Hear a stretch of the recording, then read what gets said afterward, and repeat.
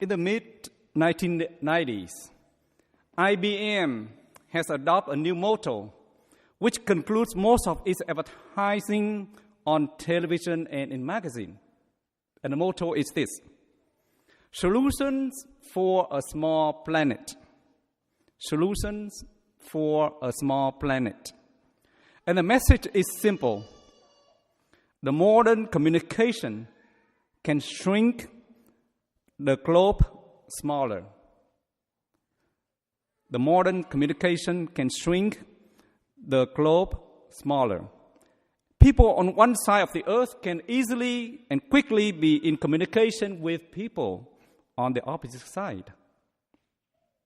Now, long before IBM came into being, our God, the Father, had a plan to bring people together, no matter what part of the planet they happen to be. And God sent His only Son to be the link, the binding force of all human race. And when Jesus came, He came up with the operation system. And this operation system called LOVE, love. Yes, love is the operation system that operates the whole system of humanity. The whole system of humanity. And during the Last Supper, Jesus told His disciples His operating system: love one another as I have loved you. Love one another as I have loved you. So here's the question. How has Jesus loved?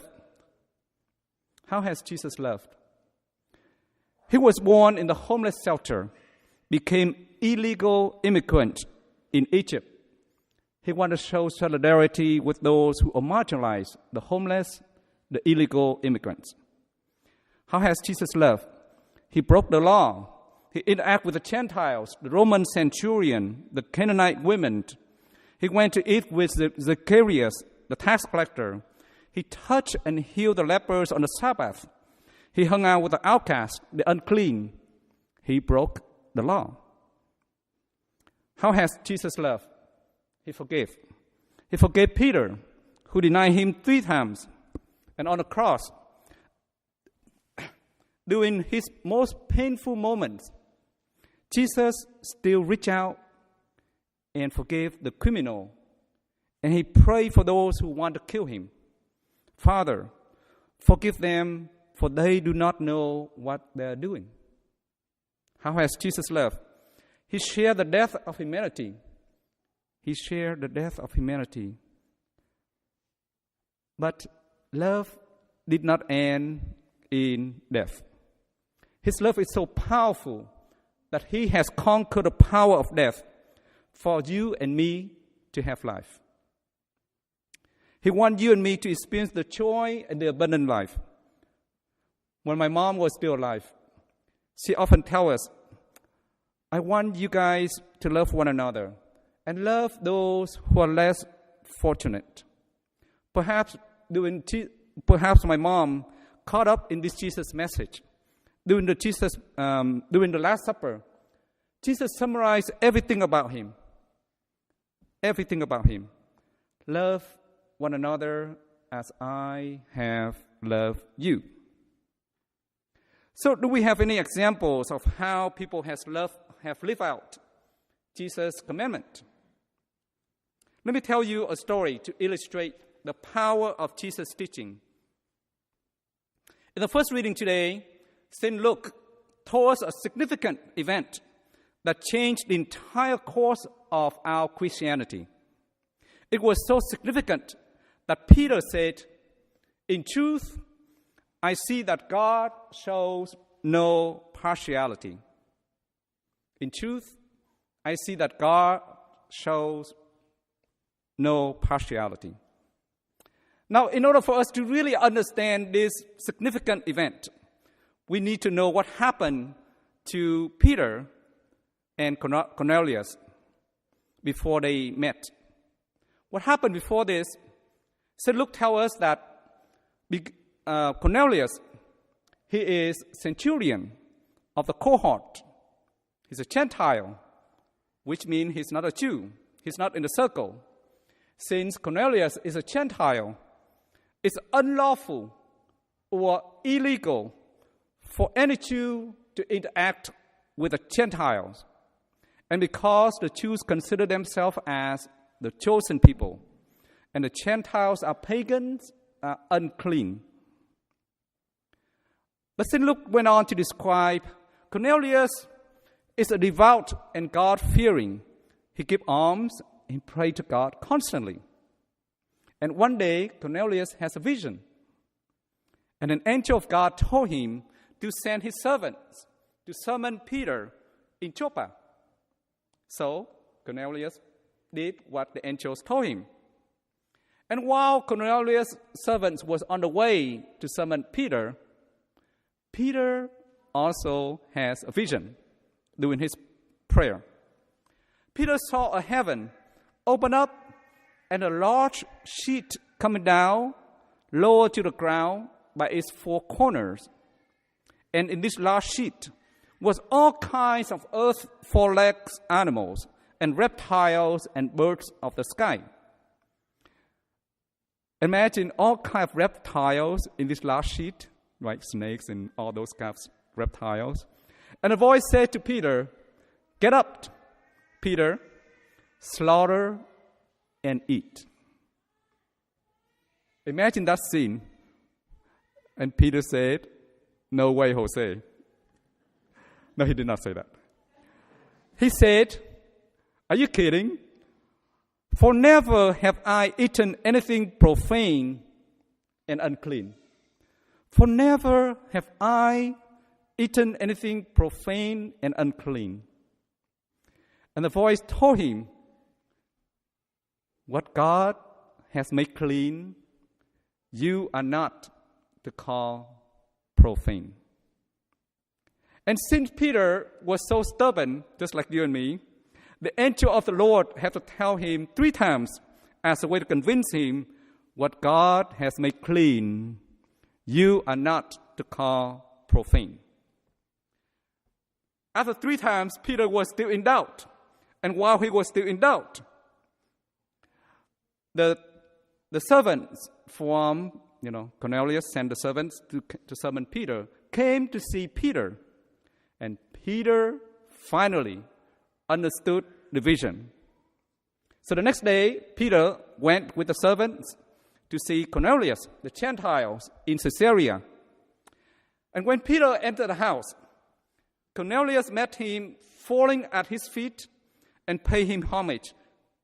And Peter raised him up and saying, "Get up, I myself am also a human being." Then Peter proceeded to speak and said, "In truth, I see that God shows no partiality.